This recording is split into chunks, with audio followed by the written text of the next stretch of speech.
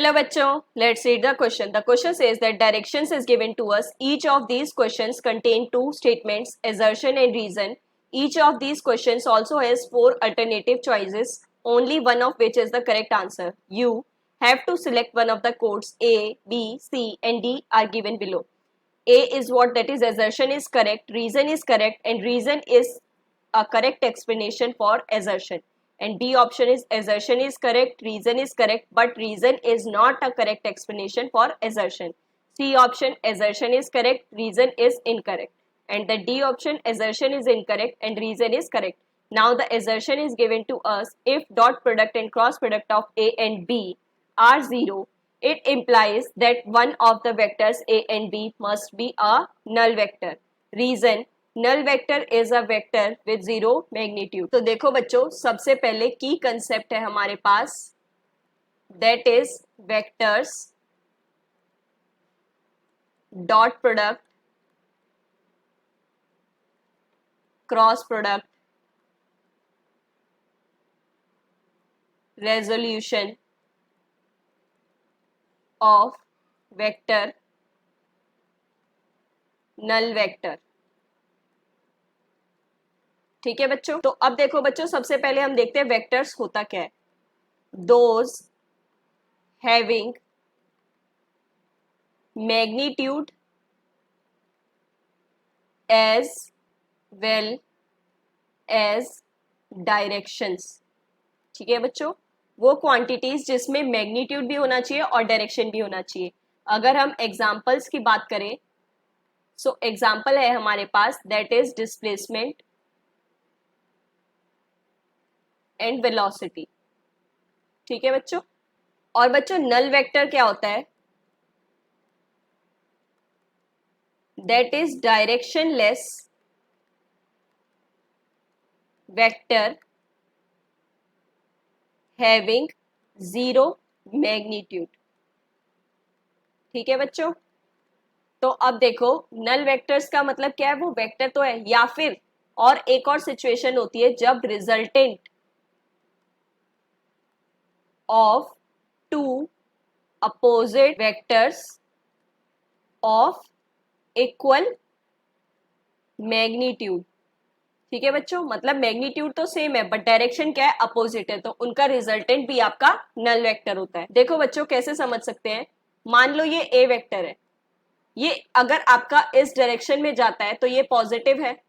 अगर हमने same origin से ये आपका अगेन दूसरी डायरेक्शन में गया है बट मैग्नीट्यूड सेम है, मतलब ये 5 मीटर ट्रेवल किया है तो ये भी 5 मीटर ट्रेवल किया है बट अपोजिट डायरेक्शन में, तो यहाँ पे ये क्या हो जाएगा? नेगेटिव. मतलब कि इसको अगर हम बी वेक्टर लेते हैं तो जो हमारे पास ए का मैग्नीट्यूड है वो मैग्नीट्यूड तो सेम है बट जो डायरेक्शन है ये क्या है? माइनस ऑफ ए.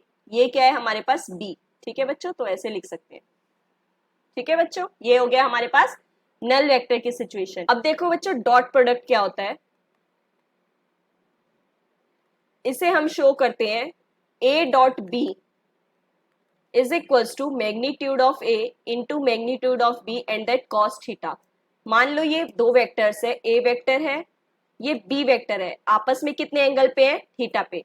तो अगर हमें b वेक्टर को रेजोल्यूट करना है तो इस एक्सिस पे जो थीटा के अलोंग है, यहाँ पर क्या होगा? ये b magnitude and then cos theta, और इसी एक्सिस के परपेंडिकुलर ये कितना होगा? b magnitude sine theta. Right. अब देखो साइन थीटा कैसे आया है, ये क्या होता है? 90 डिग्री बनता है, हम 90 डिग्री पर रेजोल्यूट करते हैं, तो अगर ये थीटा है तो ये कितना हो गया? 90 माइनस थीटा.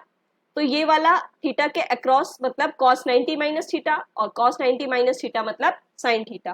ठीक है बच्चों, तो यहां से ये चीज आ गई आपके पास. अब देखो अगर हम बात करें क्रॉस प्रोडक्ट की, तो क्रॉस प्रोडक्ट के लिए क्या होता है? That is a cross b is equals to magnitude of a and that magnitude of b and sine theta. Similarly ये a वेक्टर है, ये b वेक्टर है और ये थीटा है. अब इसका कंपोनेंट जो b साइन थीटा वाला था वो यहाँ पर है ना बच्चों. तो अब देखो एरिया क्या होता है कि जितना हमने एरिया स्वाइप किया वो हमारा क्रॉस प्रोडक्ट हो गया. तो जो ये एरिया हमने इसे स्वाइप किया और डायरेक्शन क्या आएगी? इन दोनों एक्सिस के कुछ परपेंडिकुलर आएगी. अगर ये मान लो x एक्सिस है, ये y एक्सिस है, तो z एक्सिस के अलोंग आपकी डायरेक्शन आएगी। ठीक है बच्चों, अब ये जितना भी एरिया स्वाइप करेगा ये होता है हमारा क्रॉस प्रोडक्ट। ठीक है, अब गिवन है हमें कि डॉट प्रोडक्ट और क्रॉस प्रोडक्ट इक्वल है, so that is a cross b is equals to a dot b। अगर ये सिचुएशन है तो magnitude of a b sine theta is equals to magnitude of a b cos theta. तो अब देखो ये magnitude तो आपका सेम ही रहेगा, कैंसिल हो गया, तो इसका मतलब sine theta is equals to cos theta. अब देखो यहाँ पे या तो सिचुएशन ले लो थीटा 1 थीटा 2।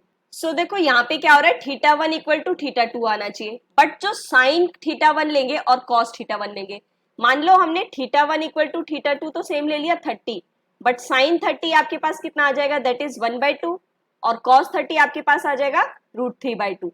तो ये तो दोनों इक्वल नहीं है ना। तो इसका मतलब हमारा ये सिचुएशन तभी पॉसिबल होगी जब इसमें से कोई भी एक वेक्टर 0 होगा, तो 0 के साथ मल्टीप्लाई करने पर वो 0 बन जाएगा। So one of vector a and b must be null vector. ठीक है बच्चों, 0 होने का मतलब क्या है, नल वेक्टर हो गया। ठीक है, अब दूसरा रीजन क्या बोला है, null vector is a vector with 0 magnitude. ये स्टेटमेंट तो सही है, बट एक्सप्लेनेशन